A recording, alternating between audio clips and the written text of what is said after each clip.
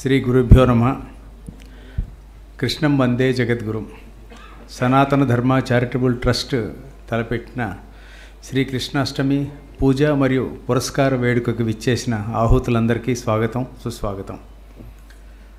ముందుగా మొట్టమొదలుగా పూజ్యులు శ్రీ విశ్వపతి గారిని మా ఆహ్వానం మేరకు మేము వెళ్ళి రిక్వెస్ట్ చేయగానే అది మన్నించి దానికి ఈ వేడుకకి ముఖ్య అతిథిగా రావడానికి ఒప్పుకొని, అలాగే మా పురస్కారాన్ని స్వీకరించడానికి ఒప్పుకున్నందుకు వారికి ధన్యవాదాలు, స్వాగతం, సుస్వాగతం సార్. మీరు రాక మీరు ఇది యాక్సెప్ట్ చేయడం మాకెంతో గౌరవాన్ని, మా సభకి ఎంతో ఆనందాన్ని కలుగజేస్తోంది. మేము ధన్యులం. అలాగే ఈ వేడుకని వీక్షించడానికి ఎక్కడెక్కడి నుంచో దూరాల నుంచి వచ్చారు. విశాఖపట్నం నుంచి, వరంగల్ నుంచి, చాలా దూరం నుంచి, హైదరాబాదులో కూడా చాలామంది అందరూ వచ్చారు. వారందరి రాక ఎంతో శోభని కలుగజేస్తోంది. మీ రాక మాకు ఆనందదాయకం. మీరు రావడం వల్ల శోభ కలిగింది. మీ అందరికీ స్వాగతం, సుస్వాగతం. అలాగే గురు కుటుంబం అంటే మాకు ముఖ్యంగా విశాఖపట్నం నుంచి, వరంగల్ నుంచి, ఎక్కడెక్కడి నుంచో, జగ్గయ్యపేట నుంచి, అన్ని చోట్ల నుంచి వస్తున్నారు. వీళ్ళు పర్టికులర్లీ మా విశాఖపట్నం సభ్యులు. వాళ్ళు సైలెంట్గా పనిచేస్తారు. వాళ్ళు ఎక్కడుంటారో తెలీదు. వాళ్ళు సభ వెనకే ఉంటారు. వాళ్ళు ఏర్పాట్లు చేసుకుని వాళ్ళే తెచ్చుకుంటారు. సభని ఇంత గ్రాండ్గా నడిపిస్తున్నారంటే అది శ్రీరామనవమి వేడుక కావచ్చు, కృష్ణాష్టమి వేడుకలు కావచ్చు, లేకపోతే శివానంద ఎమినెంట్ సిటిజన్ అవార్డ్స్ కావచ్చు, వాళ్ళ సహకారం ఎంతో ఉంది. వారికి ధన్యవాదాలు. అలాగే వారు సైలెంట్గా వెనకెక్కడ ఉన్నారు వారందరికీ స్వాగతం. ఇదంతా గురు కుటుంబం ఇంత గొప్పగా, ఇంత గ్రాండ్గా పనులు జరుగుతాయంటే సైలెంట్గా గురు కుటుంబం చేస్తున్నటువంటి సేవ. వాడు అలాగే వచ్చిన భక్తజనం అందరికీ స్వాగతం. అలాగే మా ట్రస్ట్ సభ్యులు వారందరూ ప్రతిదానికి కూడా, నేను మేనేజింగ్ ట్రస్టీగా పేరుకి ఉన్నాను కానీ పనులు చేసేదంతా వాళ్ళే. నాకు ఏది కావాల్సి వచ్చినా, ముఖ్యంగా మా మురళీకృష్ణ గారు, అలాగే ఏ సహకారం కావాల్సి వచ్చినా మాకు అండదండలుగా పెద్ద అండగా ఉన్న నాకు మా ఎల్వి సుబ్రహ్మణ్యం గారు. వారి గురించి ఎంత చెప్పినా తక్కువే. అలాగే జేఎస్వి గారు, ముఖ్యంగా మా గోపాల్ రెడ్డి గారు, ఈ వెన్యూ ఇవ్వడం ప్రతిదీ ఏది కావాలన్నా వారే. వారందరికీ ధన్యవాదాలు చెప్పుకుంటూ విచ్చేసిన ఆహుతులందరికీ స్వాగతం చెబుతున్నాను మరొక్కసారి. సో ఈ సభని ఇంత గ్రాండ్గా జరిపిస్తున్నందుకు, ప్రతి సంవత్సరం మేము పిలవగానే విచ్చేసి ముందుకు తీసుకెళ్తున్నందుకు గురు కుటుంబం అందరికీ మరొకమారు ధన్యవాదాలు చెప్పుకుంటున్నాను. సో ఇంకా ముందుకు వెళదాం. మా సభ్యులు శ్రీ ప్రభాకర్ గారిని వేడుకను ముందుకు తీసుకెళ్ళమని కోరుతూ సెలవు తీసుకుంటున్నాను. Thank you. ధన్యవాదాలు రాజశేఖర్ గారు. పూజ్య గురుదేవుల ఆత్మీయ శిష్యులు శ్రీ ఎల్వి సుబ్రహ్మణ్యం గారిని ప్రసంగించవలసిందిగా కోరుతున్నాను. శ్రీ గురుభ్యో నమః. ఈనాటి ముఖ్య అతిథి అలాగే పురస్కార గ్రహీతులైన పెద్దలు విశ్వపతి గారికి ప్రణామాలు, అలాగే వదిన గారు రుక్మిణి గారికి ప్రణామాలు. విచ్చేసిన పెద్దలందరికీ కూడా నా నమస్కారాలు. శ్రీకృష్ణాష్టమి మనందరం కూడా ప్రతి సంవత్సరం ఒక ముఖ్య ఉద్దేశంతో మనం జరుపుకుంటున్నాం. మనందరం కూడా ప్రత్యేకంగా గురు పరివారంలో ఉన్న వాళ్ళందరం కూడా ఆ గురు శబ్దాన్ని వింటూ మనందరం కూడా పరవశిస్తాం. గురువుని స్మరిస్తూ ఈ సాయంకాలం అంతా కూడా వినోదాత్మకంగా గడుపుతాం. బృందావనంలోనో, యమునా తీరంలోనో జరిగే ఆ బృందావన వేడుకలు ఎలా ఉంటాయో బహుశా మనం ఎప్పుడో చేసుంటాం. కానీ ఇక్కడ మనందరికీ అలాంటి అనుభూతి ప్రతి సంవత్సరం కూడా గురువుగారి యొక్క అనుగ్రహం వల్ల మనకు లభిస్తున్నది. తన్మయత్వం చెందడానికే మానవ జన్మ మనందరం ఎత్తామని మనందరికీ ఇవాళ ఈ సాయంత్రం మనందరికీ కూడా ఆ స్పర్శ మనందరికీ తగలటం, ఆ గురువు యొక్క వాత్సల్య ఆ స్ఫూర్తి మనందరిలో కూడా నింపుకుని మనందరం కూడా ఈ కార్యక్రమాన్ని నుంచి ఇంటికి వెళుతూ ఉంటాం. సో ప్రత్యేకమైన స్థానం మనందరం కూడా ఇచ్చేది గురుస్థానానికి. జగద్గురువుల్ని స్మరించుకుంటూ ఆ అంశానికి చెందిన వారిని ప్రధానంగా తీసుకొచ్చి వారిని ఆహ్వానించుకుని వారి సమక్షంలో ఈ సాయంకాల వేడుకలు గడపడం మనకి గురువుగారు చూపించిన మార్గం. ఆ మార్గంలోనే ప్రయాణం చేస్తున్నాం. మనందరి అదృష్టం కొద్దీ విశేషమైన ప్రతిభ కలిగిన వారు సమాజంలో అన్ని దిక్కుల వ్యాపించి వారి వారి యొక్క ఆలోచన ప్రకారంగా, అనుగ్రహ ప్రకారంగా మానవాళిని ఉద్ధరిస్తున్నారు. శ్రీ విశ్వపతి గారి యొక్క వివరాలు చెప్పడానికి నేను సాహసించలేను. ఎందుకంటే చాలా వివరాలు ఉన్నాయి. అవన్నీ చెప్పిన తర్వాత ఆయనకి ఆగ్రహం రావచ్చు, వీడు ఇంతసేపు మాట్లాడుతున్నాడని. అందుకని నేను చాలా స్వల్పంగా చెప్పి ముగిస్తున్నాను. అనేక గ్రంథాలు రాశారు. ప్రత్యేకంగా నేను 2 గ్రంథాల గురించి మాట్లాడుతున్నాను. ఒకటి మెట్ అగైన్ అనే ఒక ఇంగ్లీష్ గ్రంథం. ఈ గ్రంథాన్ని వారెంతో అనుగ్రహంతో నాకు 27 ఆగస్టు 2021న వారు బహుకరించారు. అదొక 20-30 రోజుల్లో చదవడం పూర్తయింది. ఆ గ్రంథంలో అద్భుతమైన అంశం ఏమిటంటే ఒక 47 మంది యొక్క జీవితాల గురించి వారు అందులో రాశారు. మనకి లౌకిక ప్రపంచంలో ఉన్న ఏర్పాటు మనం చూస్తున్నప్పుడు మనందరికీ కూడా ఆ దైవం మనకి ఏర్పాటు చేసిన సృష్టి రహస్యాలు కొన్నిసార్లు మనకి అర్థమయ్యే అవకాశం వస్తూ ఉంటుంది. ఉదాహరణకి మాత్రమే మనం మాట్లాడుతున్నప్పుడు ఇవాళ మనందరికి దాకా చేరుతున్న ఈ విద్యుత్ శక్తిని మనం చూసినప్పుడు ఎక్కడ ఈ విద్యుత్ శక్తి ఉత్పత్తి అవుతుందో ఆ ఉత్పత్తి కేంద్రం నుంచి వినియోగదారుడి దాకా, మన దాకా, తివోలి గార్డెన్స్ దాకా రావడానికి అనేక ప్రాంతాల్లో దీనికి కావలసిన ట్రాన్స్ఫార్మర్స్ అనే సిస్టమ్ని ఏర్పాటు చేసుకుంటూ మనం ఇక్కడ దాకా తీసుకొస్తున్నాం. వారి యొక్క అద్భుతమైన ఒక పరిశీలనతో వారు మనకి చెప్పింది ఏమిటంటే ఈ సృష్టినంతా కూడా అంటే మానవాళిని రక్షించడానికి సుమారు 400 మంది యోగులు ఈ విశ్వవ్యాప్తంగా ఉన్నారు. వారు అనేక ప్రాంతాల్లో వారు ఉంటారు. వారిని మనం గుర్తుపట్టలేము. చాలా సందర్భాల్లో వారు ఆ విధంగా మన పక్క నుంచి నడుచుకుని వెళ్ళిపోతూ ఉంటారు. వారు వెళ్ళిపోయిన తర్వాత లేదా వారు స్పృశించిన తర్వాత, వారు మాట్లాడిన తర్వాత కలిగే ప్రభావాన్ని లోనైన వారికి మాత్రమే కొంత దాని గురించి తెలిసే అవకాశం ఉంటుంది. కానీ వారు ఎక్కడా కూడా పొగడ్తల కోసం కానీ, సన్మానాల కోసం కానీ, గుర్తింపు కోసం కానీ వారెవరు కూడా ఎదురు చూడరు. వారు చేయవలసిన పని వారు చేసుకుంటూ ఆ విధంగా మానవాళిని రక్షిస్తూ ఉంటారని ఒక అద్భుతమైన విషయాన్ని వారి గ్రంథం అమృత దర్శనంలో చెప్తారు. ఈ విధంగా చెప్తున్నప్పుడు ఆయన కొన్ని సూత్రాలని మనకి గ్రంథాల్లో అందిస్తున్నారు. 1-2 విషయాలు మనం ఇవాళ మాట్లాడుకుందాం. ఉదాహరణకి మెటగైన్లో వారు రాసింది ఆంగ్లంలో, దాన్ని నేను ఒకసారి ఉటంకిస్తున్నాను. In fact every day the moment you get up from bed until the time you go back to bed all moments are predetermined అనే ఒక సూత్రాన్ని వారు చెప్తున్నారు. అలాగే ఇంకొక ప్రధానమైన అంశం ఆయన చెప్తుంది ఏమిటంటే, మళ్ళీ ఇంకొకసారి వారిని ఉటంకిస్తూ, I have observed cosmic energy to be present in very high levels in certain places in the universe. They are located in different countries. It is at such places that any institution set up would become famous. So మనం చూస్తుంటాం కొన్ని క్షేత్రాలకి, అంటే మనం దైవ క్షేత్రాలకి ఉన్న రహస్యం కూడా మళ్ళా వారు ఇంకొక అద్భుత గ్రంథంలో దాని గురించి వారు రాశారు. ఆ దైవ క్షేత్రాలకి ఉన్న ప్రాశస్త్యాన్ని మాట్లాడుతున్నప్పుడు వారు రాసిన అంశాలు ఏమిటంటే, విహంగం వీక్షణం చేయడానికి దేవతా స్వరూపాలు ఆకాశ మార్గంలో ప్రయాణం చేస్తున్నప్పుడు వారి ఒడిలోంచి జాలువారిన పుష్పాలు ఏ ప్రాంతంలో పడినాయో ఆ ప్రాంతంలో ఉద్భవించిన క్షేత్రాలకి అద్భుతమైన దైవశక్తి ఉంది అని వారు చెప్తున్నారు.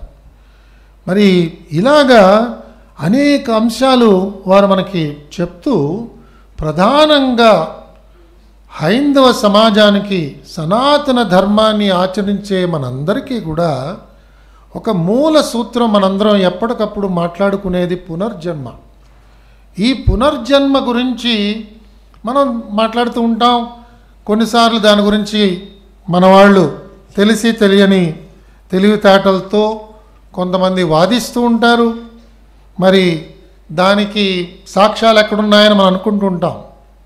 మనకున్న గొప్ప అదృష్టం ఏమిటంటే వారి యొక్క అనుగ్రహం వల్ల ఒక జీవి అనేక జన్మల్లో వారు అనుభవించిన ఆ ప్రయాణం యొక్క వివరాలు, వారు దాటిన మైలురాళ్ళు ఆయన స్పష్టంగా వారి గ్రంథంలో వారు రాశారు. అలాగే శ్రీమద్ యుగదర్శనం అనే ఇంకొక గ్రంథంలో, ఇది వారు నాకు 26 డిసెంబర్ 2022 బహుకరించారు. అందులో ఉదాహరణకి తెలుగులో వారి రాసిన విషయాలు మీ ముందు ఉంచుతున్నాను. ఈ విశ్వంలో ఎన్నో కోట్ల గ్రహ మండలాలు ఉన్నాయి. వీటిలో మన కంటికి కనిపించేవి అతి తక్కువ. ఈ మహావిశ్వంలో మనకు కనబడే గ్రహమండలాలు ఎంత ప్రమాణంలో ఉన్నాయి, వాటిలో ఎటువంటి జీవరాశి ఉంది అనేది తెలుసుకుంటే ఎంతో ఆశ్చర్యంగా ఉంటుంది. తెలిసిన వాళ్ళకి ఆశ్చర్యం ఉండడం సహజం. మనకెలా ఉంటుంది ఆశ్చర్యం? మనమేం తెలియదా మనకి? అలాగే కానీ నేను నా మనోనేత్రానికి కనపడినట్టుగా రాస్తున్నాను. ఏమాత్రం మార్పులు చేర్పులు చేయను. ఏది దర్శించానో అది మాత్రమే రాశాను. ఎటువంటి కల్పనలు లేకుండా నేను చూసిన సత్యాన్నే ఇందులో రాశాను అని వారు ఆ మండలాల నుంచి ఆ శక్తి ఏ విధంగా మానవాళిని ఉద్ధరించడానికి భూలోకంలోకి రావడం, భూలోకంలో ఒక మానుష రూపంలో విహరించడం, కొంతమంది కొన్ని సంవత్సరాలు, కొంతమంది 100 సంవత్సరాలు, కొంతమంది 400 సంవత్సరాలు ఏ విధంగా మానవాళితో గడిపి మళ్ళా వారి గ్రహాలకి తిరిగి చేరిపోతారు అన్నది వారు చాలా అద్భుతంగా వారి గ్రంథాల్లో రాస్తారు. మరి ఇందాక నుంచి నేను చెప్తున్నట్టుగా వారు కొన్ని ఉదాహరణలు ఇచ్చారు. సో మనం నమ్ముతామా? మనకొక అదృష్టం. నమ్మలేదా? అది ఇంకొక అదృష్టం. ఎందుకంటే ఇంకా కొన్ని జన్మలు తీసుకోవాల్సి వస్తుంది, మన ఇష్టం. కాబట్టి ఆ రాసిన దాంట్లో ఒక చిన్న ఉదాహరణ మీ ముందు ఉంచుతున్నాను. 2వ ప్రపంచ యుద్ధ కాలంలో ఆ జీవి ఆ సమయంలో ఎలీనా అనే పేరుతో ఆవిడ జన్మించి, ఆవిడకి చిన్నప్పటి నుంచి కూడా ఏమిటంటే అందరికీ సహాయం చేసే ఒక ఆలోచన. ఆవిడ యుద్ధంలో నర్సుగా చేరి యుద్ధంలో ఎవరికైతే క్షతగాత్రులు అవుతారో వారందరికీ సహాయం అందించడం, ఆ క్షతగాత్రుల్ని వివిధ ప్రాంతాల నుంచి ఆ హాస్పిటల్కి తీసుకురావడం, యుద్ధ విమానాల్లో రావడం, ఆ యుద్ధ విమానాలు పగలనక రాత్రనక వీరందరినీ తీసుకొచ్చినప్పుడు ఆ సైనికులకి సేవ చేయడం, వారికి మళ్ళా ధైర్యాన్ని నింపడం, వాళ్ళకి మళ్ళా జీవితం మీద ఒక ఆశ కలిగించడం ఎలీనా అనే ఆ వ్యక్తి ఆవిడ సేవ చేసేవారు. అలా సేవ చేస్తూ ఆవిడ ఒక మేజర్ కలిశారు. ఆ మేజరు రాబిన్సన్. ఆ రాబిన్సన్ గారికి కూడా ఎలీనా గారు చాలా గొప్ప సేవ చేసి ఆయన దగ్గర నుంచి ఒక రకమైన ఒక పితృప్రేమ ఈవిడ సంపాదించారు. ఇద్దరి మధ్యన కొంత వయస్సు వ్యత్యాసం ఉండడం వల్ల రాబిన్సన్ గారు ఆవిడని ప్రేమతో ఒక కూతుర్ని చూసినట్టుగా చూసి చాలా బహుమతులు ఇచ్చారు. ఈ రాబిన్సన్ గారు ఆయన పూర్వ జన్మలో భారతదేశంలో ఉత్తరప్రదేశ్లో జన్మించారు. అప్పట్లో ఆయన ఒక స్కూల్ టీచర్గా ఉన్నవాడు. ఆయనకి దేశభక్తి చాలా గొప్ప విలువ. ఆ స్కూల్కి వచ్చే పిల్లలందరికీ కూడా వాళ్ళందరికీ ఈ పాఠాలు నేర్పించేవాడు, దేశభక్తి గురించి చెప్పేవాడు. ఆయన ఆ రోజుల్లోనే కొన్ని పురాతన కావ్యాలు చదవడం వల్ల హిమాలయాలకు వెళ్ళి ఉండాలి, కొన్నాళ్ళు తపస్సు చేయాలి అనే ఒక కోరిక ఆయనలో ఉద్భవించింది. ఆ కోరిక పుణ్యమా అని ఆయన ఈ మహానుభావుడి యొక్క ఆశ్రమానికి హిమాలయాలకు వెళ్ళి ఈయనతో పాటు కొంతకాలం గడిపాడు. దాని తర్వాత ఆయన తర్వాత జన్మల్లో ఆయన ఆనందరావు గారుగా పేరు తీసుకుని ఆయన తెనాలి ప్రాంతంలో ఆయన ఉండడం వల్ల ఈ ఎలీనా అనే ఒక ఆవిడ ఆ జన్మలో ఆ లెక్క పోగా రుక్మిణి గారుగా జన్మించారు. ఇది ఆయన రాశారు. మరి రుక్మిణి గారిని ఒకసారి మనం వెనక్కి వెళ్ళి చూస్తే ఆయన పుణ్యవాణి. ఆవిడ బీహార్లో రామనాథ్ మిశ్రా అనే గొప్ప పండితుడిగా జన్మించి ఆ జన్మలో భాగవతం అంటే చాలా గొప్ప అభిలాష, చాలా ప్రసిద్ధిగాంచిన వ్యాఖ్యానం ఆ రోజుల్లో రచించి కృష్ణతత్వం అనేక మందికి ప్రబోధించి తన్మయం చెందేవాడు. ఆ విధంగా కృష్ణలీలలు చెప్తూ ఆ పారవస్యంలో ఆయన చెప్తున్నప్పుడు ఒకానొక సందర్భంలో శ్రీకృష్ణ భగవానుడు ఒక యాదవ రూపంలో వచ్చి సభలో కూర్చుని ఆ మిశ్రా గారిని వెళ్ళి అభినందించి, చాలా బాగా చెప్పు ఇవాళ కృష్ణతత్వం, ఆయన అభినందించి వెళ్ళారట. చూడండి ఎలాంటి అద్భుతాలు వస్తున్నాయో. ఆ విధంగా అప్పటి నుంచి ఆవిడకి శ్రీకృష్ణుడంటే అమితమైన ప్రేమ. బహుశా అందుకే కాబోలు వారిరువురు కూడా ఇవాళ కృష్ణాష్టమికి మన దగ్గరకు వచ్చారు. ఇలాగా అనేక విషయాలు చెప్తూ వారి స్వీయ విషయాలు కూడా వారు చెప్తూ, ఇంతవరకు నేను 24 సార్లు మానవ జన్మ స్వీకరించడం జరిగింది. ఒక జన్మలో కాశీ విశ్వేశ్వర ఆలయంలో సన్నాయి వాద్యకారుడుగా జన్మించాను. ఇంకొక జన్మలో మధురలో శ్రీకృష్ణ తత్వాన్ని ప్రజలకు చెప్పిన ఒక గురువుగాను. చూసారా మళ్ళా లింకు. మరొక జన్మలో శ్రీ వైష్ణవ తత్వాన్ని దక్షిణ భారతంలో వ్యాపింపజేసిన ఆచార్యులుగాను, మరొక జన్మలో శ్రీ పరమేశ్వర తత్వాన్ని ఎంతో తేలిక భాషతో ప్రపంచానికి అందించిన ఆచార్యుడిగాను, మరొక జన్మలో కర్ణాటక రాష్ట్రంలో ఒక పీఠాధిపతిగాను జన్మించినట్లు గ్రహించాను. వారి యొక్క ఆలోచన ఏమిటంటే మనందరికీ కూడా ఎందుకు పంచుతున్నారు ఇవన్నీ అని మనం చూస్తే, మనందరం కూడా ఈ విశాలమైన సృష్టిలో మనం కొన్నిసార్లు అనుకుంటుంటాం, నేను చాలా మంచి పనులు చేస్తే బహుశా నేను మళ్ళా సనాతన ధర్మంలోనే జన్మిస్తానేమో, మళ్ళా ఆంధ్రదేశంలోనే జన్మిస్తానేమో అని మనందరికీ ఒక రకమైన ప్రాంతీయత భావం, ఒక సంకుచితమైన భావం వచ్చే ప్రమాదం ఉన్నది. అలాంటిది ఎక్కడా లేదు. ఎలీనా ఎక్కడ పుట్టింది, ఆవిడ ఎక్కడ పెరిగింది, ఎలాంటి ఒక రకమైన సేవాభావంతో ఎదిగింది ఆవిడ, ఎక్కడ ఉత్తరప్రదేశ్కి వచ్చింది ఆవిడ, శ్రీకృష్ణ ఆ తత్వాన్ని అందరికీ ఏ విధంగా చెప్పారు. కాబట్టి మనందరం కూడా ప్రతి నిమిషం ఈ విశాలమైన ఈ సృష్టిలో మనందరికీ ఒక చోటు ఉన్నది. మనందరం కూడా అన్ని ప్రాంతాలకి ప్రయాణం చేసే అవకాశం ఉన్నది.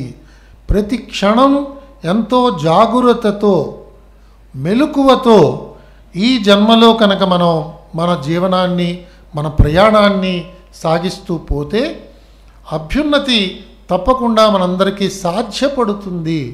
ఆ విధంగా సహాయపడటానికే మన గురువులు, సహాయం చేయడానికే దేవతామూర్తులు, ఈ సృష్టి ఇదంతా కూడా మనకి ఏర్పాటు జరిగింది అన్నది చెప్పడానికి బహుశా ఇంత ప్రయాసపడి ఈ విధంగా ఈ విషయాలన్నీ కూడా చాలా క్లుప్తంగా ఆ వివరాలన్నీ మనకి వారు అందిస్తున్నారు. అమృత దర్శనం అని ఆ గ్రంథానికి ఎలాగైతే పెట్టారో ఇలాంటి అమృత వాక్కులు వారు మనందరికీ కూడా విశేషంగా మనందరికీ అందిస్తున్నారు. ఈ విధంగా గురువులు మన సమాజానికి విశేషమైన సేవ చేస్తున్నారు. అనేక అంశాలలో మనం చూస్తుంటాం. మన గురువు గారు చెప్పిన అంశాల్లో కూడా మానవాళి యొక్క అభ్యున్నతి కోసమే ఈ మార్గము, ఈ రకమైన అభ్యాసము, ఈ క్రియ ఇవన్నీ ఉన్నాయి. కానీ ఇతర విశ్వాసాల్లాగా మనం చేయకపోతే మనల్ని శిక్షించేస్తాడు, మనం నమ్మకపోతే మనని దూషిస్తాడు, మనందరినీ కూడా మనకి మళ్ళా జన్మ లేకుండా చేస్తాడు అన్నది కాదు సృష్టికర్త యొక్క పాత్ర. సృష్టికర్త ఒక సాక్షిభూతుడిగా మాత్రమే ఉంటూ మనం చేసే చర్యలకి మనమే దాని యొక్క దానికి కావాల్సిన ఆ కర్మనండి ఏవనండి దాన్ని అనుభవిస్తాం. కాబట్టి చేసే ప్రతి ఆలోచన, చెప్పే ప్రతి మాట, చేపట్టే ప్రతి చర్య ఈ జాగృతతో ఉండాలన్నది అందరికీ తెలియటానికి వీరు ఈ విధంగా వారి ప్రయత్నం చేస్తున్నారు. ఈరోజు వారు మన మధ్యన ఉండి మనందరితో కూడా శ్రీకృష్ణాష్టమిని ఈ విధంగా జరపడం మనందరి అదృష్టంగా నేను భావిస్తూ వారి గురించి కొన్ని పదాలలో మీ అందరికీ పరిచయం చేయడానికి నేను ప్రయత్నం చేస్తున్నాను. కానీ వారు రాసిన అనేక గ్రంథాలు ఇవి ఎక్కడా కూడా లాభాపేక్షతో ముద్రించినవి కానే కాదు. వారు తయారు చేసిన వెంకటేశ్వర వ్రతకల్పం అనేక మందికి బహుశా తెలుసు. అద్భుతాలు జరుగుతున్నాయి. అవి ఒక్కొక్కటి చెప్పుకుంటూ పోతే కార్యక్రమం నా ప్రసంగంతోనే మనం ముగించేయాల్సి వస్తుంది. అందుకని నేను అవన్నీ చెప్పట్లేదు. అనేక మందికి విదేశాలలో అనేక ప్రాంతాల్లో వాళ్ళందరికీ ఆ అనుభూతులు జరుగుతున్నాయి. వారిలో కొంతమంది వాళ్ళ ఇక్కడికి విచ్చేశారు కూడా. కాబట్టి ఇలాంటి ఒక రకమైన విశేషమైన రక్ష మనందరికీ కూడా అందిస్తున్న గురువులందరినీ, జగద్గురువుల్ని ఈరోజు మనందరం కూడా స్మరించుకుంటూ వారి యొక్క సన్నిధిలో, వారి యొక్క కనుసన్నలలో మనందరం కూడా చక్కగా మన జీవనయానాన్ని సాగిస్తూ మనం ఏర్పాటు చేసుకున్న మన సాధన మార్గంలో మనందరం కూడా పురోభివృద్ధి సాధించాలని మరొక్కసారి మనం అందరం కూడా ప్రార్థిస్తూ మీ దగ్గర సెలవు తీసుకుంటాను. స్వస్తి.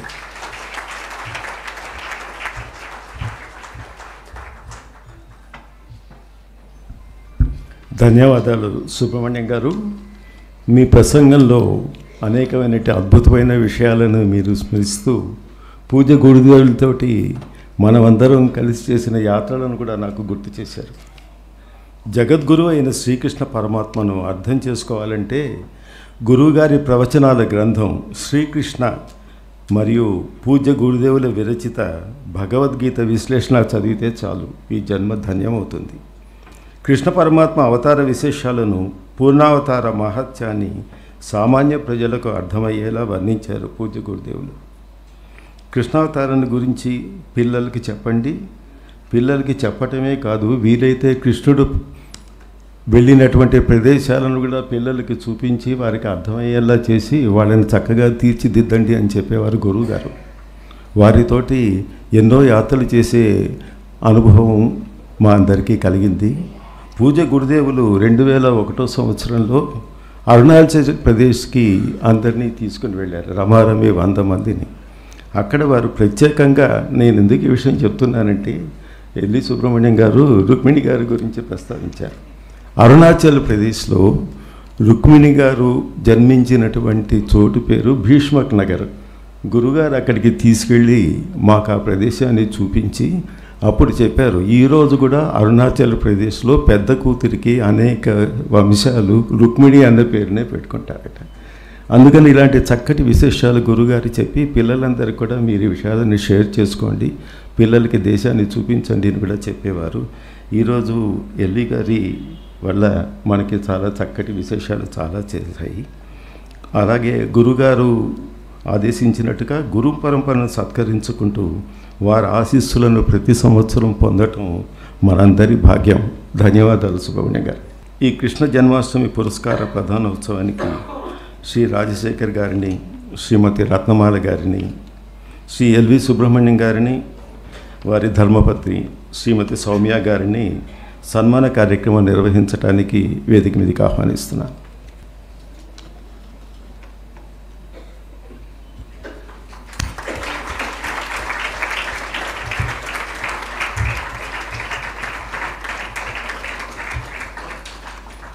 శ్రీమతి రుక్మిణి గారిని శాలువతో సత్కరించవలసిందిగా శ్రీమతి రత్నమాల గారు, శ్రీమతి సౌమ్య గారిని కోరుతున్నారు.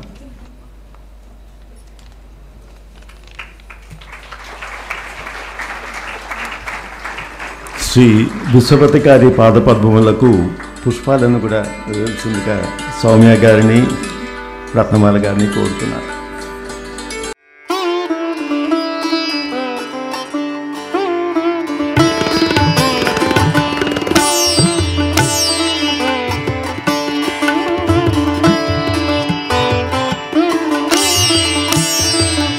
శ్రీమతి రత్నమాల, శ్రీ రాజశేఖర్ గారిని పుష్పగుచ్చాలు అందించవలసిందిగా కోరుతున్నారు.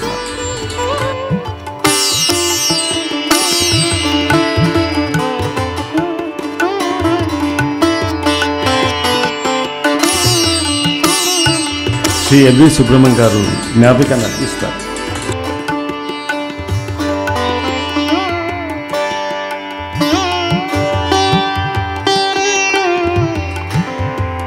శ్రీమతి శ్రీ రాజశేఖర్ దంపతులు శ్రీమతి శ్రీ విశ్వపతి దంపతులకు నూతన వస్త్రాలను సమర్పిస్తారు.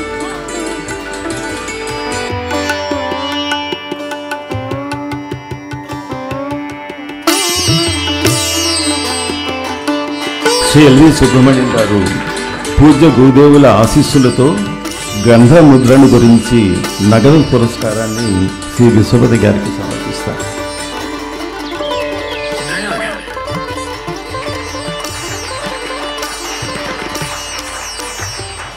ఇప్పుడు శ్రీ ప్రభాకర్ మంజు దంపతులు వారి ప్రణామాలను అర్పిస్తారు శ్రీ విశ్వపతి గారు.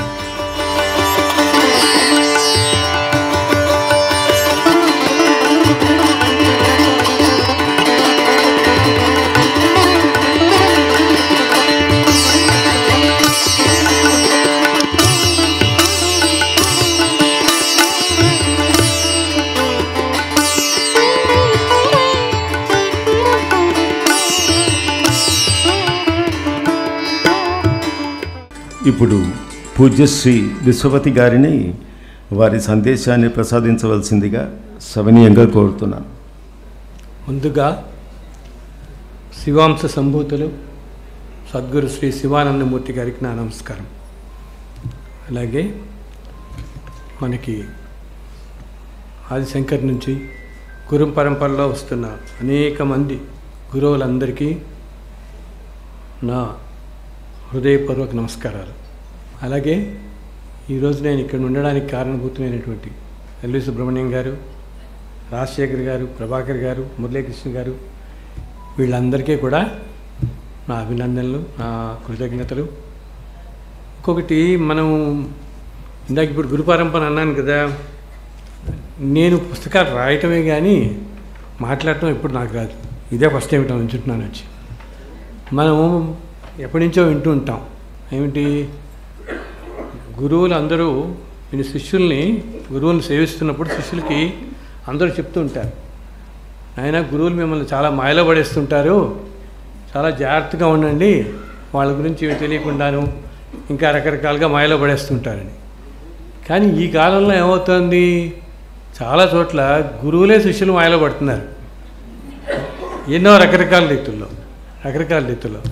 సో అలాగా మా సుబ్రహ్మణ్యం గారు ఈ నలుగురు చెప్పాను కదా, నన్ను మాయలో పెట్టి లాక్కొచ్చారు ఇక్కడ. అయితే ఈ మాయ ఏంటంటే ఎంతో ఆప్యాయత, అనురాగం. లేకపోతే 25 సంవత్సరాలుగా నేను దీంట్లో ఉన్న ఈ పుస్తకాలు ఏదైనా కూడా అండి, ఎప్పుడూ దేనికి రానివాడిని ఇలా వచ్చి నిలబడ్డానంటే మన గురువు గారు, ఆయన స్ఫురణ. నేను కిందటి సంవత్సరం అనుకుంటా ఒకసారి మన ఆనందవనం వెళ్ళినప్పుడు ఆయన కొన్ని విశేషాలు చెప్పారు. అక్కడ నాకు ప్రభాకర్ గారి ఇంట్లో ఆతిథ్యం స్వీకరించి అక్కడ కాసేపు కూర్చున్నాను. ఎన్నెన్నో విశేషాలు అన్నమాట. సో ఎప్పుడైనా ఒకటప్పుడు చెప్తున్నాను. సో ఆయన ఆదేశం వీళ్ళ ద్వారా వచ్చి ఇలా వచ్చి మీ ఎదురుకుండా వచ్చున్నాను నేను.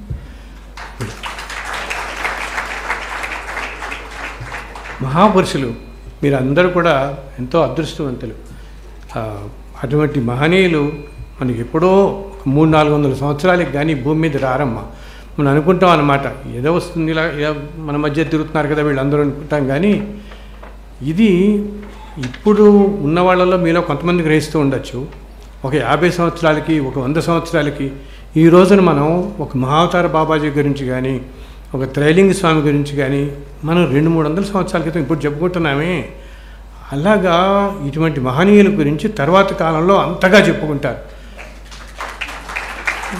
ఇప్పుడు ఏంటంటే ప్రతి మనిషికి ఒక లాజిక్తో మనంతా బౌండ్ అయిపోతాం అన్నమాట. ఈ లాజిక్ వల్ల సత్యం గ్రహించలేకపోతాం.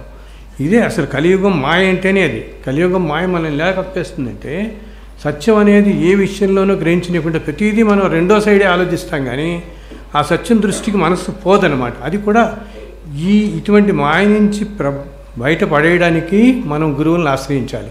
అందుకనే చెప్తారు మన హిందూ సనాతన ధర్మంలో గురు పరంపర అనేది గురు శిష్య సంబంధం కానీ ఇవన్నీ ఇందుకే వచ్చాయన్నమాట. సో అటువంటి మహనీయుల్ని ఆశ్రయించటం వల్ల మనకి ఎన్నో జన్మల ప్రారంధకరమ నుంచి విముక్తి లభిస్తుంది. మనం అనుకుంటాం ఈ జన్మలో ఇన్ని మంచి పనులు చేస్తున్నా, ఎందుకు ఇంత కష్టపడుతున్నాం మనం అని. అసలు ఎంత వైవిధ్యంగా జరిగితే మనందరి జీవితాలు, ఇంతమంది ఇక్కడ కూర్చున్నాం మనం, ఎవరి జీవితం వారిది, ఎవరి ఆలోచన వారిది కదా. అసలు మన ఆలోచన మన జీవన విధానం, మనకు వచ్చే ఆలోచనలు మనది రేపు ఏమిటి గడుస్తుంది అని ఇప్పుడు అన్నది మనకే కాదు, మన పక్కన కూర్చున్న వాళ్ళకి, మన భార్య భర్త ఎవరికి తెలియదు మనకి. ఇది ఒక జన్మ కాదనమాట, కోట్లాది జన్మలుగా మనం వస్తున్నాం. కాబట్టి వాటి ప్రారంభ కర్మల్ని రకపెట్టి రోజు మనం అనుభవిస్తూనే ఉంటాం. ఇటు మంచి సో అన్నింటిలో చూడండి, మనం చేసుకునే పుణ్యం ప్రకారం మనం ఈ మధ్య ఇలా కూర్చుని అసలు మనం కళ్ళతో ఇలా ఇవన్నీ చూడగలుగుతున్నాం, కాళ్ళతో నడిచి రాగలిగాం. ఎంత బ్లెస్సింగ్ తల్లి. ఈ క్షణం మనం ఆలోచించుకుంటే ఎంతమంది ప్రపంచంలో కోట్ల మంది హాస్పిటల్లో ఐసీయూల్లో కళ్ళు లేక కాళ్ళు లేక ఎంతమంది ఉంటారండి. మనం ఇలా కూర్చుని ఇలా ఉన్నామంటే అది that it self is the greatest blessing అనమాట. మనం ఎన్నో జన్మల్లో ఇది గ్రహించాం. మనం ఎంతో పుణ్యం చేసుకుంటే కానీ అసలు మానవ జన్మ లభించదు. మనం వింటాం కదా, అన్నిటికంటే మానవ జన్మ లభించడం మానవ జన్మలో కూడా మనకి కంటికి అన్నీ కనపడుతూ నడవగలుగుతూ 4 పనులు చేసుకోవటం, 2 పూట్ల ఈ మాత్రం తినగలుగుతూ ఇంత ఉండేది కూడా ఎంత మన పేపర్లో అన్నింటిలో చూస్తుంటాం, ఆఫ్రికా దేశంలో ఇలా ఉంటుంది, ఇక్కడ దేశంలో ఇలా ఉంటుందని. కానీ మనం ఏంటంటే ప్రతిదీ గ్రహించాం. ఎప్పటికప్పుడు మళ్ళీ మన మాయ కప్పేసి ఇదే శాశ్వతం, ఇదే అనుకుంటూ పోతుంటాం. ఇంత వైవిధ్యం అయితే ప్రతి మనిషికి మన దేహ సంబంధితమైన అనారోగ్యాలు వీటన్నిటి వల్ల బాధ కలుగుతుంది.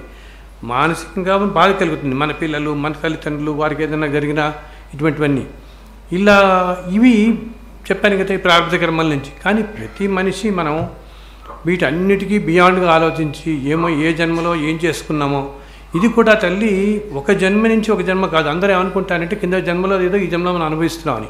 ఇలా కాదమ్మా, నేను నా దగ్గరికి వచ్చిన వాళ్ళు చూస్తుంటాను, 400-500 జన్మల క్రితం ఈ జీవి చేసింది ఏదో ఇప్పుడు అనుభవిస్తున్నాడు. అది అలాగే నేను చూస్తాను కొంతమందిని. నా దగ్గరికి వచ్చిన వాళ్ళలో కృష్ణుడి కాలంలో కృష్ణుడితో ఆడుకున్న వాళ్ళని, రాముల వారితో వచ్చినప్పుడు ఆడుకున్న వాళ్ళని నేను చూస్తుంటాను. ఇది ఎలా సాధ్యం అని మీ అందరికీ అనిపించవచ్చు. తర్వాత చిన్న ఎగ్జాంపుల్ చెప్తాను, ఎలా సాధ్యమో కూడా మీకు అర్థమైపోతుంది. ఇది ఎలా సాధ్యం, నిజంగా సాధ్యం సార్ ఇది అనిపిస్తుంది మనకి. ఇలా వాళ్ళని చూస్తున్న అప్పుడు వీళ్ళల్లో కొంతమంది ఈ రోజుల్లో బాధ అనిపిస్తున్న వాళ్ళు, ఇటు సుఖం అనిపిస్తున్న వాళ్ళు, ఇటు కష్టాలు అనుభవిస్తున్న వాళ్ళు కూడా ఏమిటి ద్వాపరయుగంలోనో లేకపోతే త్రేతాయుగంలో అంటే కొన్ని లక్షల సంవత్సరాల క్రితం కొన్ని కోట్ల జన్మల వెనకాల, లక్షల జన్మలో కోట్ల జన్మలు అనుకుందాం, ఇన్ని జన్మల వెనకాల జరిగింది. ఆ రోజుల్లో ఏదో ఒకరోజు చేసిన దానికి అన్ని కోట్ల జన్మల వెనకాల, అన్ని లక్షల జన్మల వెనకాల చేసింది. అది ఈ మనిషి ఈ జన్మలో ఇప్పుడు అనుభవిస్తున్నాడు. అందుకనే ఉన్నట్టుండి కొన్ని జీవితాలు రాత్రి తారుమారైపోవడం చూస్తాం మనం. ఏమిటి ఇదంతా అనుకుంటాం మనం ఎంత ధర్మంగా ఉన్నాం, నలుగురికి సహాయం చేస్తున్నాం, అయినా కూడా మనకి ఎందుకు ప్రతి మనిషికి ఎందుకు నాకే ఎందుకు అవ్వాలి అనుకుంటాం. నాకే ఎందుకు అవ్వాలి అంటే మన ట్రావెల్ మనదే కదా. అందునే ఒకే కడుపున పుట్టిన నలుగురు ఐదుగురు అన్నదమ్ములు వాళ్ళని ఎవరి జీవన విధానాలు, ఎవరి ఆలోచనలు ఎవరి వాళ్ళు డిఫరెంట్గా ఉంటాయి. బికాజ్ ఏ సోల్ ట్రావెల్ వాళ్ళదే. మనం ఏంటంటే మనకున్న అనురాగం దాటితో అటాచ్మెంట్స్తో అయ్యో మన కొడుకు ఇలా ఉన్నాడే, ఇలా ఉన్నాడే, మన తమ్ముడు, మన పిల్లాడు, మన పక్కింటి వాళ్ళు, మన స్నేహితులు వీళ్ళందరూ ఇట్లా అవుతున్నారు, మనం ఏం చేయలేకపోతున్నాం అంటుంటే, కానీ ఏ జీవి ట్రావెల్ ఆ జీవిదే అనమాట. అది వాళ్ళు ఏదో జన్మలో మనకున్న బంధం కొద్దీ. నేను ఆ మధ్య ఒకళ్ళ దగ్గరికి వచ్చి చూశాను. వాళ్ళు పక్కిళ్ళల్లో ఇద్దరు ఉండేవాళ్ళు అనమాట. ఒక 500-600 సంవత్సరాల క్రితం జరిగిన సంఘటన ఇది. పక్క ఇళ్ళల్లో ఉండేవాళ్ళు తల్లి.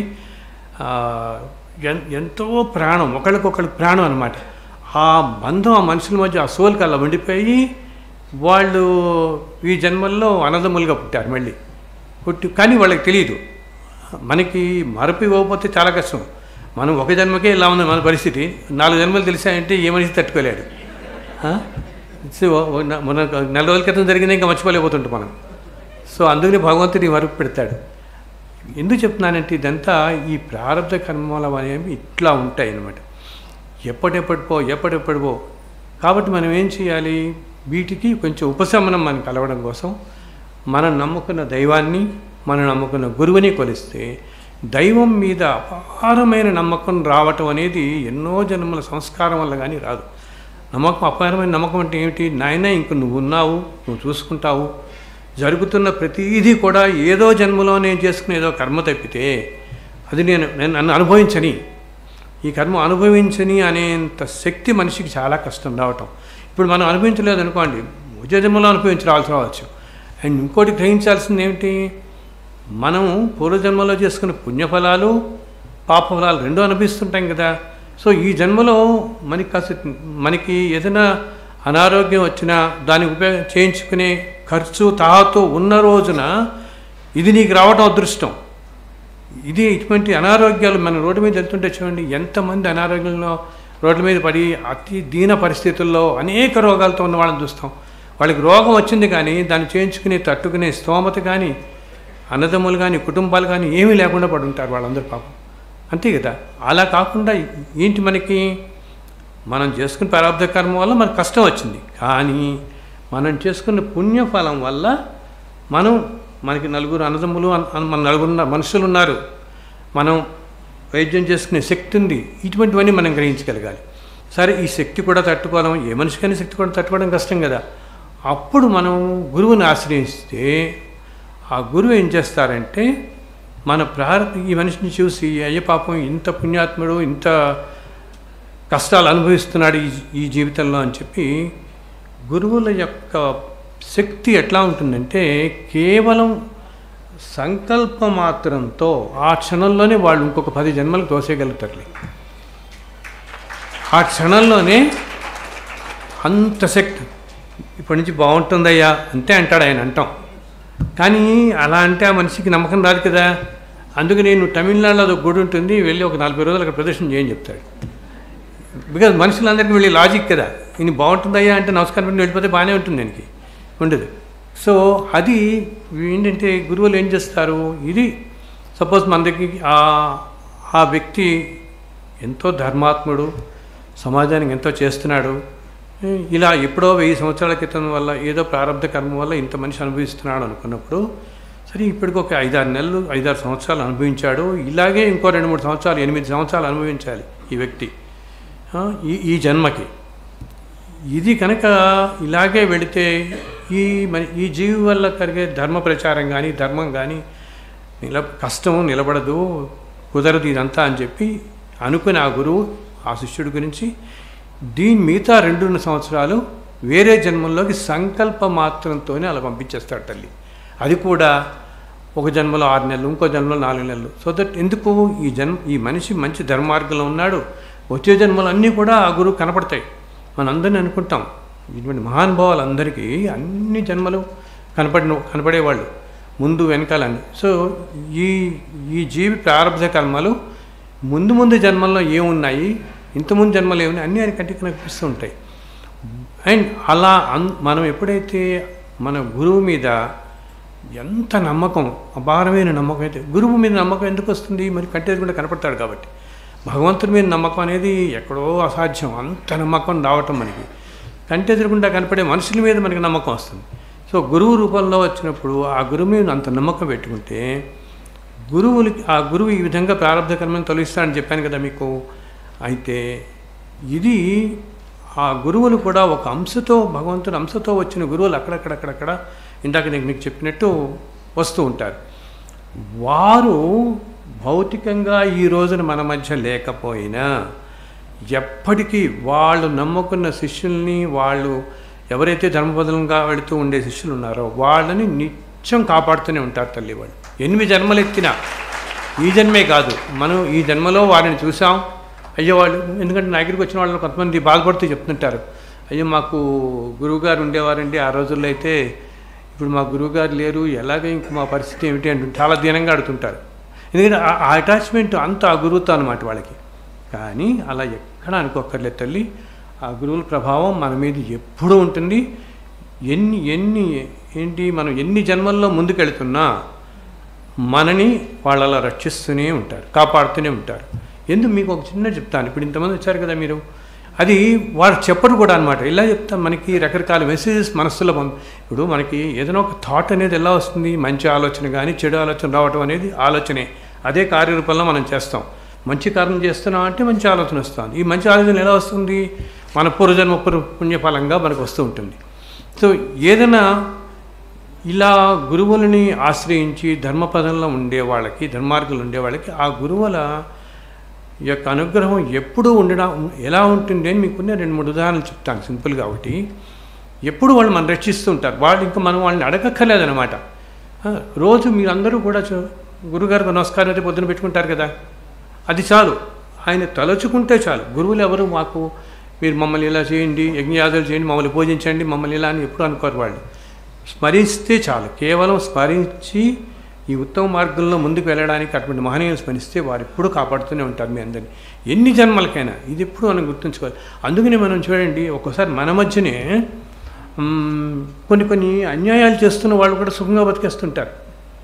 మనం అనుకుంటుంటాం, ఏంటి వీడు ఇంత అన్యాయాలు చేస్తున్నాడు, వీటికేమీ ఇలా సుఖంగా ఉంటున్నాడు అంటే ఏంటనమాట, ఏదో జన్మలో ఎంతో మహానుభావుడు ఎంతో పుణ్యం చేసుకుని ఉంటాడు. ఆ పుణ్యఫలం వల్ల అప్పుడు ఏ గురువుని ఆశ్రయించాడో, ఎవరిని ఆశ్రయించాడో మనకు తెలియదు. ఆ గురువు ఈ మనిషిని ఇంకా కాపాడుతూ వెళ్తున్నాడు. ఇది ఎప్పటిదాకా కాపాడుతాడు, వీడికి ప్రారంభ కర్మ తీరిపోయేంత వరకు. ఈ అన్యాయం వల్ల ఎంతైతే బాగు చేసుకుంటాడో అది అనుభవించాల్సి వచ్చిన రోజు ఆయన అలాగే ఉంచుతాడు మళ్ళీ. అర్థమైందా? సో అందుకని మనం అసలు ఎంత వైవిధ్యమైన జీవితం చూస్తాం. అసలు దాన్ని బట్టే తెలుస్తుంది. జన్మలు లేవు అనుకోవడానికి చాలామంది అంటారు, ఎక్కడ ఉంటుందండి ఏం జన్మ, ఏదో ఇప్పుడు అనుభవించేద్దాం ఉన్నదంటూ అనుకుంటుంటారు. కానీ మళ్ళీ చాలా వైవిధ్యం మన చుట్టూతోనే చూస్తుంటాం కదా. ఎందుకు ఇక్కడ నేను హార్వర్డ్ యూనివర్సిటీలో నా పుస్తకాలు పెట్టారని డాక్టర్ సుబ్రహ్మణ్యం గారు చెప్తున్నారు కదా. సో దాంట్లో అక్కడ స్కూల్ ఆఫ్ డివినిటీ అని ఉంటుందమ్మా. దానికి డైరెక్టర్ అన్నమాట ఫ్రాన్సిస్ క్లూనీ అని చెప్పి, ఈజ్ అన్ అమెరికన్, 75 ఏళ్ళు ఆయనకి. అండ్ ఆయన president of American Catholic association కూడా. అటువంటి ఆయన మన మెట్టెగని చదివారు, 2 సార్లు తిరుమల వచ్చి స్వామిని దర్శించుకున్నాడు. అండ్ ఆయన ఇప్పటికీ ఎప్పుడన్నా నాకు మెయిల్ రాసినప్పుడు ఆ మెయిల్ ఎంత కింద కృష్ణం వందే జగద్గురు అంటాడండి. సో ఆ మహానుభావుడు ఏదో జన్మలో, బికాజ్ ఒకనొకప్పుడు ఈ మతాలు ఇవన్నీ ఈ మధ్య వచ్చినవి, కానీ ఒకనొకప్పుడు ఈ సనాతన ధర్మమే మొత్తం విరాజలింది. భూమి మీద మొత్తం సనాతన ధర్మమే. ఈ రోజున రకరకాల దేశాలు, రష్యా, అమెరికా అనే పేర్లన్నీ 200 సంవత్సరాలు 300 సంవత్సరాల క్రితం వచ్చినవి, కానీ మనకి ఇవన్నీ ఇప్పుడు లేనివి కదా. సో ఆ జీవి వాసనలు అలా పట్టుకుని అలా ఉండి అతన్ని ఈరోజు కూడా హిందూ ధర్మం పుట్టడం, ఆ మతంలో పుట్టడమే కూడా కాదు. చూడండి, president of American Catholic association అంటే ఎవ్రీ సండే ఈ టీచర్స్ ఇన్ చర్చ్. అటువంటి ఆయన ఏంటి థింకింగ్ ఇంటర్ రిలీజియస్లీ అని ఒక బుక్ రాశాడు, బియాండ్ రిలీజియన్. రాసి నాకు పంపించి మీరు కొంచెం దీని మీద మీ అభిప్రాయం చెప్పండి అంటాడు. నేనెక్కడ, ఆయన ఎక్కడ, మహానుభావుడు. ఏంటంటే వాసనలు అలా పట్టుకుని అలా చేస్తున్నాయి అనమాట. సో మీ గురువుగారు కూడా అలా మిమ్మల్ని ఎప్పుడూ రక్షిస్తూ ఉంటారు. ఎందుకు ఈరోజు మీరు ఇంతమంది వచ్చారు కదా, రకరకాల కార్లలో, వెహికల్స్లో వచ్చి ఉంటారే. మీరు నలుగురికి, ఒకళ్ళకేమో మీ కారు ఎదురుకుండానే ఒక ఆయన మోటార్ సైకిల్ వేసుకుని ముందు పడిపోయాడు. మీకు ఏమీ కాకుండా మీరు బ్రేక్ వేసి ఆపుకోగలిగారు, మీరు రక్షింపడ్డారు. ఎవరు? ఆయన చేశారు. ఇంకొకళ్ళు మీలో వస్తుంది, మీకు తెలుసు ఎవరో కూడా. ఇంకొకళ్ళకేమో ఒక కారు మిమ్మల్ని స్క్రాచ్ చేసి వెళ్ళిపోయింది పక్క నుంచి, త్రుటిలో మీరు పెద్ద ప్రాబ్లం ఇట్లాగా. ఇంకొక ఇద్దరు కూడా ఇలా బైక్స్ మీద వస్తున్న వాళ్ళు, 2 వీలర్స్ మీద వస్తున్న వాళ్ళు కింద పడబోయి పక్కన వెహికల్స్ తగలబోయి పక్కకి తోసేయబడ్డారు. ఆ క్షణంలో తోసేయబడ్డారు. ఇక్కడ మనకు వచ్చిన వాళ్ళలోనే ఇంకో ఇద్దరు. ఇలా నలుగురికి ఈరోజు ఎవరు కాపాడారు? మీ నమ్ముకున్న గురువుగారు కాపాడారు. అది తెలుసు, ఎవరెవరు జరిగిందో మీకు తెలుసు.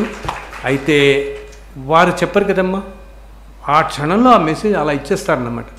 మన పక్కకి తోసేస్తారు. అలా కాపాడుతూ ఉంటారు గురువులు అనేవాళ్ళు. అండ్ గురువులకి నేను ఇందా చెప్పాను కదా, అంత ఉన్నత మార్గంలో ఉన్నవారికి అన్నీ సర్వం దర్శనం అవుతుందన్నమాట. ఏంటి భూత భవిష్యత్ వర్తమాన కాలాలని చెప్తారు, మనం అన్ని కాలాలు దర్శించగలుగుతారు వాళ్ళు. అందుకనే ఆ జీవిని చూడగానే ఆ జీవికి గల ప్రారంధ కర్మ అన్ని జన్మలవి వాళ్ళకంటే కనపడతాయి. ఈ జీవి ముందు జన్మల్లో ఎంత ప్రారంధ కర్మ ఏం చేసుకున్నాడు, అండ్ ఇదంతా ఎలా తీరబోతోంది, ముందు ఈ జీవి ప్రయాణం ఏంటి కూడా మహానుభావులు కనిపిస్తుంది. అందుకని అలా కాపాడుతూ వెళ్తుంటారు వాళ్ళు. ఇది ఎలా కనపడుతుంది అని అప్పుడప్పుడు నన్ను అడుగుతుంటారు. ఈ యుగ దర్శనం అని మీరు రాశారు కదండి, మీరు కృష్ణుడి టైంలో అసలు ఎక్కడ మనం నిర్ణయం రాశారు, ఎలా సాధ్యం ఇది ఇది సహజం, ఎవరికైనా అనిపించవచ్చు ఎలా కనపడుతుంది ఇదంతా అని. చిన్న ఉదాహరణ చెప్తాను మీకు, చెప్పి ఇక్కడితో ముగిస్తాను. మనం అందరం ప్రతిదీ శక్తి తల్లి. ఈ ప్రపంచం అంతా ఎనర్జీ వ్యాపించి ఉంటుంది. ఇప్పుడు నేను మీరు మాటలు వింటున్నారంటే ఎనర్జీనే కదా ఇది. అలాగే ఇప్పుడు నా మొబైల్ ఫోన్ మోగుతుంది. ఇక్కడ మొబైల్ ఫోన్ అమెరికాలో ఈ క్షణంలో మాట్లాడుతున్న వ్యక్తి, అది మనం వింటున్నాం కదా, ఇదే క్షణంలో ఇదే సెకండ్లో మనం వింటున్నాం. ఎక్కడ టైం లేకుండా వింటున్నాము.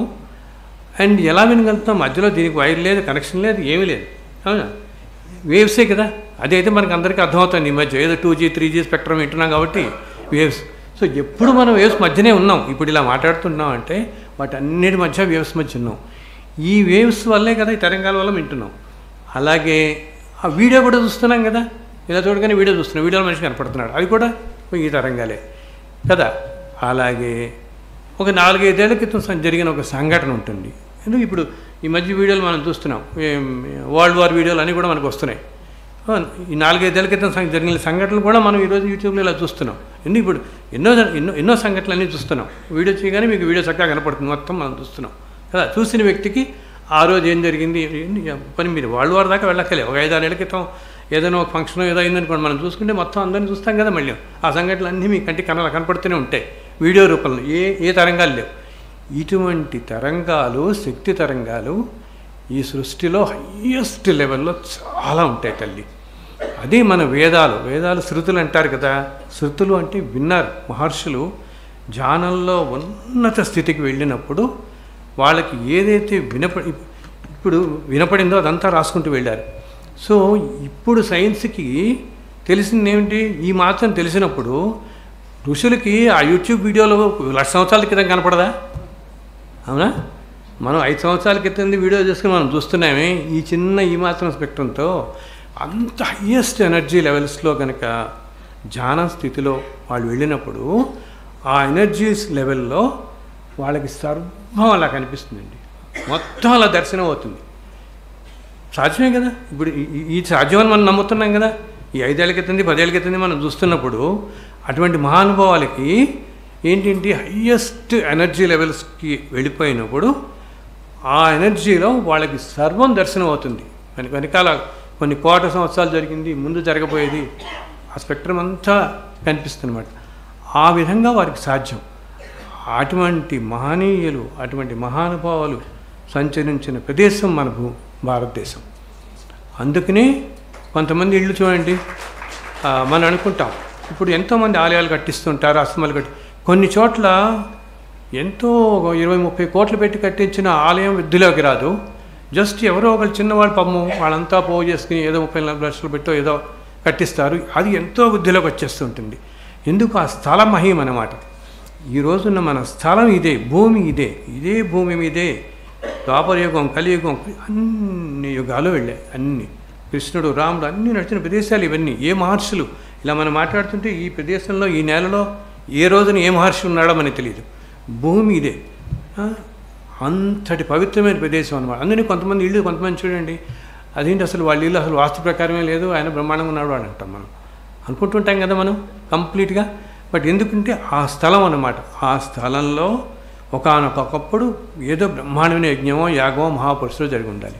అది ఒక్కొక్క టైం రాగానే అక్కడ ఉన్న వాళ్ళు చాలా వెలుగులోకి వస్తారనమాట. అంటే మన హైదరాబాద్లో కొండాపూర్ ప్రాంతంలో రామాలయం ఉంటుంది.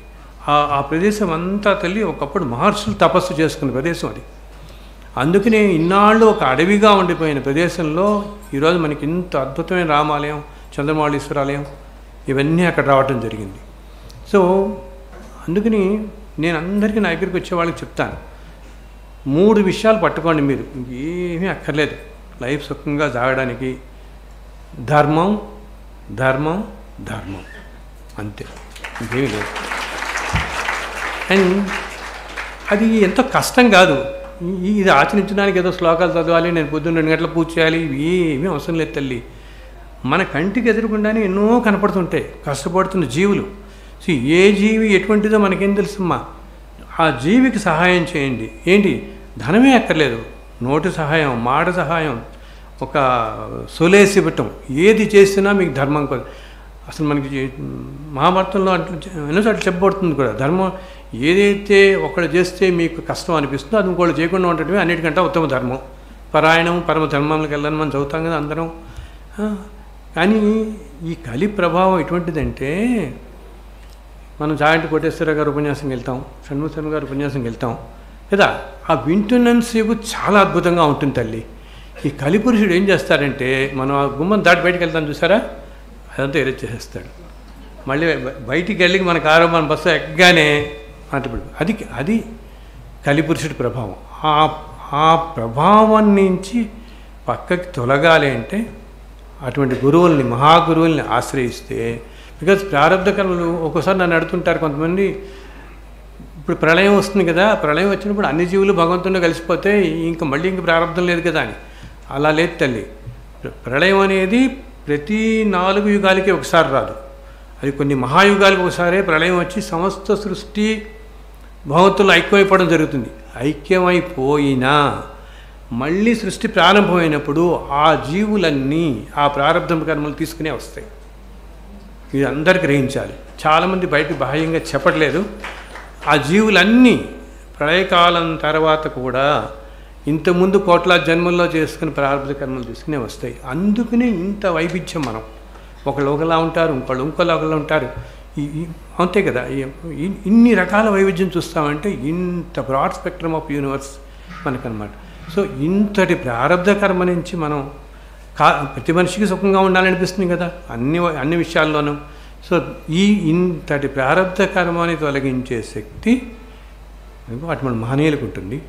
సో అటువంటి మహనీయులని అనుసరించండి, ధర్మంగా ఉండండి. మీకు తోచిన రీతిలో ధర్మానికి అసలు మనం ఎన్నో కథలు చదువుతుంటాం తల్లి. చిన్న ఎన్ని మన పురాణాల్లో ఎన్నో కనపడుతూ ఉంటాయి. ఎటువంటి భగవంతుడు అతి ధర్మంగా ఉండి చేసే వ్యక్తి ఎంత చిన్నది చేసినా ఎంతో సంతోషంగా స్వీకరిస్తాడు ఆయన. అసలు కలియుగానికి నామస్మరణే చాలు. ఆయన స్మరిస్తూ మన ధర్మంలో వెళ్ళిపోతూ ఉంటే ఆయన ఎప్పుడు మన బయటపడేస్తాడు మన కష్టాలన్నిటి నుంచి కూడా.